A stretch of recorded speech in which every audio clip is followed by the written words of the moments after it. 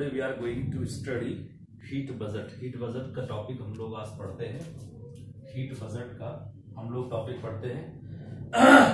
Heat budget का क्या definition है, जैसा कि हम लोग पहले से ही जानते हैं, the ultimate source of heat energy remains as sun. Sun is the ultimate source of energy. It is responsible to provide basically the heat to atmosphere or surface, hydrosphere, etc. तो उन सभी के लिए हीट एनर्जी प्रोवाइड करता है, और ये सन के एनर्जी से ही जितने भी तरह की वेदर फिनोमिनन है या क्लाइमेटिक फिनोमिनन है, सॉइल का फॉर्मेशन भी, ये सब चीजें क्या है कि सोलर एनर्जी से है ना डेवलप होता है। तो हीट का सोर्स सन ही होगा, और हम जानते हैं कि सन के सरफेस का टेम्परेचर कितना है, 6000 डिग्री सेल्सियस है, और टेम्परेचर ज्यादा होने की वजह से ये शॉर्ट वेव रेडिएशन प्रोड्यूस करेगा। शॉर्ट वेव रेडिएशन ये प्रोड्यूस करता है, या सोलर रेडिएशन भी हम कह सकते हैं कि सोलर रेडिएशन का फॉर्म यहाँ पर शॉर्ट वेव रेडिएशन है, या इलेक्ट्रोमैग्नेटिक रेडिएशन भी कहा जाता है। तो यहां से एनर्जी आ रही है, और एनर्जी के आने से जो अर्थ के सरफेस का जो हीट डेवलप होता है, टेम्परेचर यहाँ पर वो अराउंड 35 डिग्री सेल्सियस के आसपास डेवलप होता है ना। और इस 35 डिग्री सेल्सियस की वजह से यहाँ से लॉन्ग वेव रेडिएशन जाता है, जिसे हम लोग LWR शॉर्ट में कहते हैं। टेरेस्ट्रियल रेडिएशन भी कहते हैं, TR, टेरेस्ट्रियल रेडिएशन TR भी इसको हम लोग कहते हैं। तो इस हीट का सेंस हमने यहाँ पर समझा। अगली बात होती है बजट का। बजट का मीनिंग क्या है? अगर बहुत सिंपल लैंग्वेज में समझे हम, तो क्या हमारे पास में आया और कितना गया, उसकी जब हम कितना आया और कितना गया, जब उसकी हम लेखा जोखा करते हैं, जब उसका हम एनालिसिस विश्लेषण करते हैं, है ना, तब उस समय उसको हम बजट कहते हैं। हिंदी हो चाहे इंग्लिश हो, दोनों सिचुएशन में टर्म बजट ही यूज किया जाता है। बजट टर्म यहाँ पर यूज हम करते हैं। तो अब हीट कहां से आएगा? सन से। सन से आने वाले हीट को एटमॉस्फेयर में किस तरह से रुकता है एनर्जी, किस तरह से एब्जॉर्ब होती है एनर्जी, वही हमें यहां पर स्टडी करने का हमारा कंसर्न है यहाँ पे, है ना। So short wave radiation coming from sun, how is regulated by the molecules of atmosphere, how the molecules of atmosphere absorb the energy of the sun's radiation is the ultimate point of view of study of the heat budget within this topic, है ना। तो heat budget में हम लोग ultimately यही जानेंगे कि situation क्या है। तो बजट का मीनिंग है टोटल कितना हमारे पास में आता है और जाता है, मतलब received and release. Received and released जो सिस्टम होगा उसे हम लोग स्टडी करेंगे उसका, और वही क्या होता है, बजट होता है। हम एक महीने में कितना कमाते हैं, कितना हमारा खर्चा होता है ना, उसी का जो लेखा जोखा स्टडी है वो क्या कहलाती है, बजट कहलाती है। तो वो इकोनॉमिक बजट से रिलेटेड है। यहाँ पर हम सन से आने वाली एनर्जी का एटमॉस्फेयर के कॉन्टेक्स्ट में हम बजटिंग करेंगे, राइट, बजटिंग करेंगे। तो पहले हमें जानना चाहिए कि हीट बजट की क्या डेफिनेशन है ना। हीट बजट का क्या डेफिनेशन है? Sum total of receipt and release of heat energy, sum total of receipt and release of heat energy, that is called heat budget, है ना।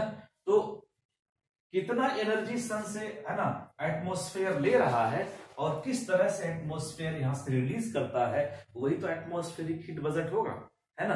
तो सन से एनर्जी जितनी आई, उसका कितना पार्ट इसने अपने साथ एब्जॉर्ब किया और कितना पोर्शन रिलीज कर दिया, that is called heat budget, है ना।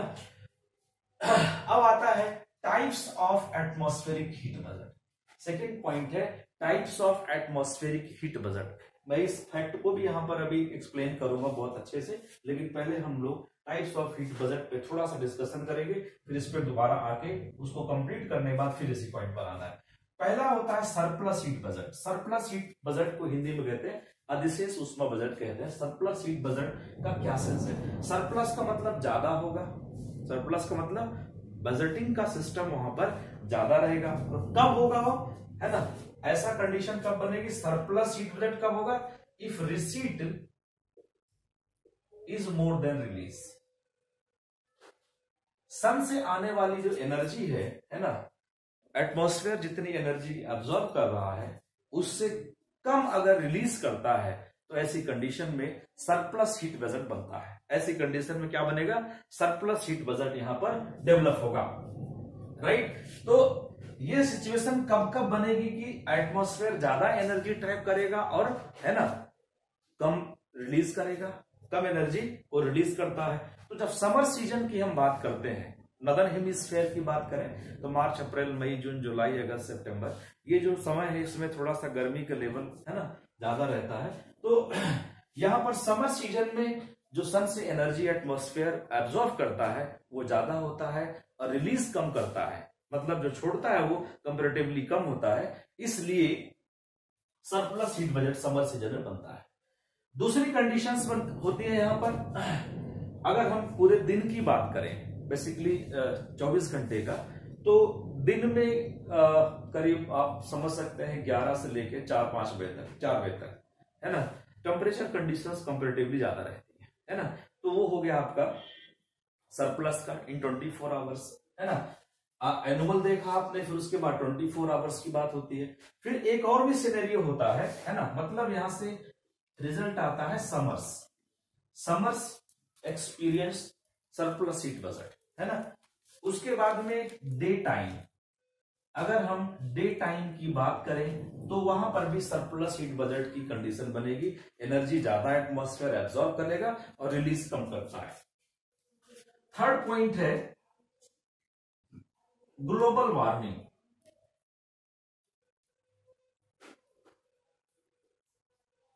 ग्लोबल वार्मिंग चाहे नेचुरल फैक्टर से हो या मैनमेड फैक्टर से हो, नेचुरल या मैनमेड किसी फैक्टर से ग्लोबल वार्मिंग होता है। दोनों ही सिचुएशन में जो रिसीट होगा वो बढ़ जाएगा, दोनों ही सिचुएशन में रिसीट बढ़ जाएगा और रिलीज क्या होता है आपका, घट जाता है। अब ऐसी सिचुएशन में आपको एटमॉस्फेरिक मॉलिक्यूल्स ज्यादा एनर्जी रिसीव करेगा और कम को क्या करता है, रिलीज करता है। इस कॉन्सेप्ट से ग्लोबल वार्मिंग को बहुत आसानी से समझा जा सकता है कि रिसीट ज्यादा और रिलीज कम। एक्चुअली सन का जो हमारे एनर्जी है जो अर्थ तक पहुंचती है, सन की एनर्जी अर्थ तक जो पहुंच रही है वो ऑलमोस्ट कांस्टेंट रहती है, थोड़ा बहुत वेरिएशन है, नेग्लिजिबल है। एनर्जी कांस्टेंट है जो हमारे सन से आ रही है। जब सन का एनर्जी कांस्टेंट है तो ऐसी सिचुएशन में हम ये देखें कि ग्लोबल वार्मिंग कैसे हुआ। तो ग्लोबल वार्मिंग होने के लिए एटमॉस्फेयर क्या करेगा, एनर्जी ज्यादा ट्रैप करेगा। ऊपर से एनर्जी ज्यादा नहीं आ रही, वो कांस्टेंट है, लेकिन यहां पर जो मॉलिक्यूल है ये चेंज हो गया। इसको heat absorption capacity of the atmospheric molecules has increased due to which there is rising the temperature of the earth and converting to global warming, है ना। कैसे कि ऐसे कुछ मॉलिक्यूल जैसे ग्रीन हाउस गैसेज हैं, कार्बन डाइऑक्साइड हो जाता है, मीथेन है, वाटर वेपर है, और उसके बाद में CFC, HCFC, नाइट्रस ऑक्साइड, ये सभी जो गैसेज हैं ये इनका हीट एब्जॉर्प्शन कैपेसिटी ज्यादा होता है ना। हीट एब्जॉर्प्शन कैपेसिटी इनकी ज्यादा होती है and under the process of industrialisation, urbanisation, infrastructural development we have introduced more the amount of greenhouse gases which is trapping surplus amount of short wave radiation coming from sun as well as long wave radiation produced by the earth surface. So ultimately we are facing in current era in 21st century the harming level of global warming, है ना। Global warming का हम बहुत ही विषाद रूप, बहुत ही भयावह, डराने वाला, है ना, fearing kind of global warming का इफेक्ट हमें दिखाई दे रहा है और वो बड़े लेवल पर क्लाइमेटिक चेंज में कन्वर्ट हो रहा है। तो ग्लोबल वार्मिंग के टॉपिक में मैं उसको और अच्छे से डील करूंगा। फिलहाल यहां से मैं समझाना चाह रहा हूं कि आप जब सरप्लस हीट बजट का कंटेक्स्ट है तो इसमें ग्लोबल वार्मिंग को कैसे एक्सप्लेन कर सकते हैं, कैसे वहां पर, है ना, अंडरस्टैंड कर सकते हैं। दूसरा पॉइंट होता है डेफिसिट हीट बजट, है ना।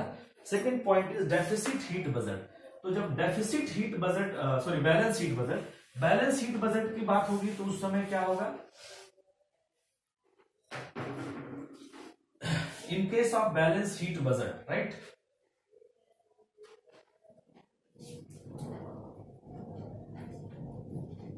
बैलेंस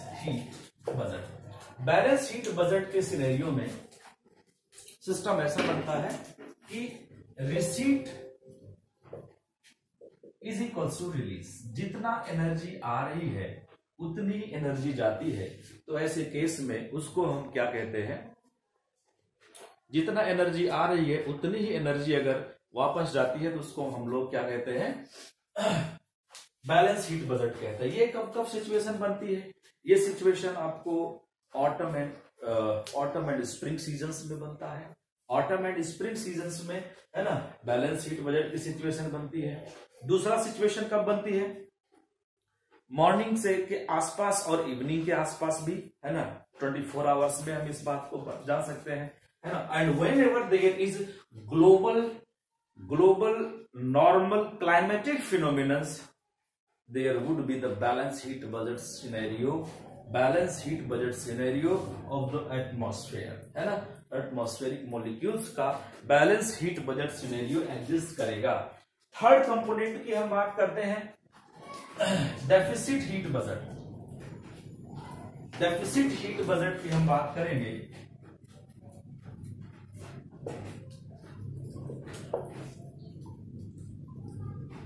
है ना, तो डेफिसिट हीट बजट का मीनिंग है कि receipt is less than release, है ना, receipt is less than release. Receipt कम है, कम रहा है ना, एनर्जी आती कम है और एनर्जी वहां से जा रही है ज्यादा। तो ऐसे केस में क्या होगा, आपको डेफिसिट हीट बजट बन जाता है ना। ऐसे कंडीशन में डेफिसिट हीट बजट बनेगा, कब कब होगा, इन विंटर्स, है ना, एक तो विंटर्स का केस हो गया। Secondly ice is global cooling और regional cooling, right, global cooling, regional cooling, ice is, right, winters, early morning, है ना, early morning, these are the actually circumstances when we face deficit heat budget scenario. One more thing I would like to tell you, in case of surplus heat budget we can consider the zone of tropical region, torrid zone. In balanced heat budget, temperate zone, and in case of deficit heat budget we can consider the polar areas, है ना। polar areas में deficit heat budget होता है और वो सभी regions जहां पर frozen ice almost through out the year है, वो डेफिसिट हीट बजट के कॉन्टेक्स्ट में आएगा, है ना। सरप्लस हीट बजट अगर हम बात करें तो एक तरह से बेनिफिशियल हो सकता है बायोडायवर्सिटी के पॉइंट ऑफ व्यू से, if there is appropriate rainfall to as per the demand of the ecosystem, है ना। जो इकोसिस्टम है, लिविंग ऑर्गेनिज्म है, प्लांट एनिमल है, उसकी जो डिमांड है उसके हिसाब से अगर रेनफॉल होता है ना, तो ये surplus heat budget is not harmful. If you consider the balance heat budget आपको जो टेम्परेट जोन में डेवलप हो रहा है या अदर कंस्टेंट्स के साथ में पाई जाती है, वो भी आपका कंडीशन सही है, लेकिन deficit heat budget is very harmful for biodiversity, है ना। Deficit heat budget is very harmful for biodiversity if we consider the case of the greater Himalayas in India as well as the cold desert of the Ladakh region, those areas come under deficit heat budget zone, and necessarily we can see there the very less biodiversity, है ना। Biodiversity का scenario वहां पर बहुत कम लाई करता है, biodiversity level वहां बहुत कम है, क्योंकि टेम्परेचर कम होने पे लाइफ का जो प्रोग्रेस है, ग्रोथ, डेवलपमेंट, फोटोसिंथेसिस वगैरह सब क्या होता है, रिड्यूस हो जाता है।